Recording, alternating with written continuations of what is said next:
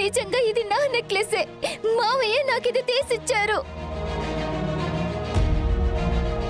ఏంటేంటి? బావ నీకు తీసుకొచ్చాడా? మావయ్య నాకు ఈ నెక్లెస్ ఇచ్చారు. ఎందుకు ఆయన నీకు తీసుకొస్తాడు? నీకు ఆయనకి ఏం సంబంధం? ఇదిగో బంగారే ఆయనకి కోడలు, తనకి నెక్లెస్ తీసుకొచ్చారంటే ఒక అర్థం ఉంది.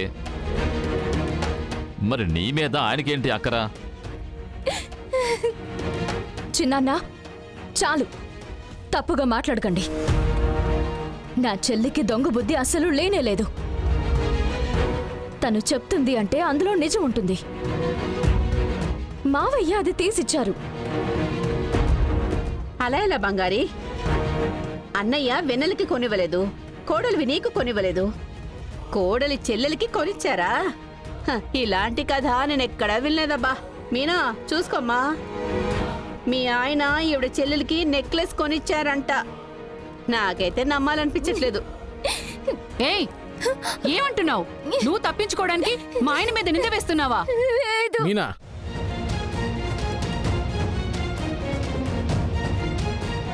రండి బావా, అందరినీ నమ్ముతారు కదా మీరు. బంగారీ చెల్లెలు మీరు వర్షినికి తీసుకొచ్చిన నెక్లెస్ని దొంగలించి వేసుకున్నది చూడండి.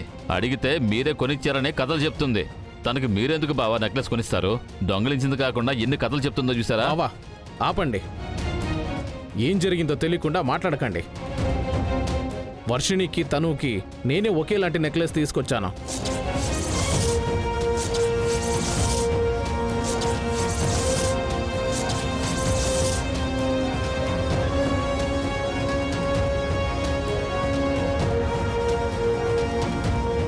అది నాకు తెలుసు కదా బావా. తనని ఎలాగైనా కాపాడాలని కవర్ చేస్తున్నారు మీరు.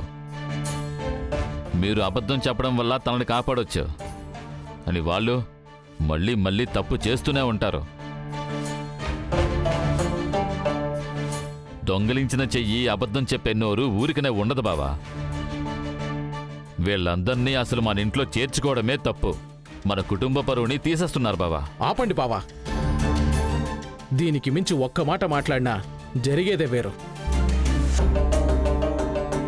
మీకు ఆ అమ్మాయి గురించి ఏం తెలుసు? మీరు ఒక అమ్మాయిని కన్నారు కదా, వెన్నెల మీద ఇలాంటి నింద వేస్తారా? నేను కొనిచ్చానని చెప్తూనే ఉన్నాను, అది నమ్మకుండా మీ పాటికి మీరు మాట్లాడుతూనే ఉన్నారు. ఏంటండి మీరు తనకెందుకు నెక్లెస్ కొనిచ్చారు? అడుగు. ఏ నేను కొనివ్వకూడదా? బంగారు ఈ కుటుంబం కోసం ఏవేవో చేస్తోంది. తన చెల్లెలు తనుకి ఏ నేను నెక్లెస్ కొనివ్వకూడదా? ఆ హక్కు నాకు లేదా? తను ఈ ఇంట్లో ఒక అమ్మాయే, తను నా మేనకోడలే.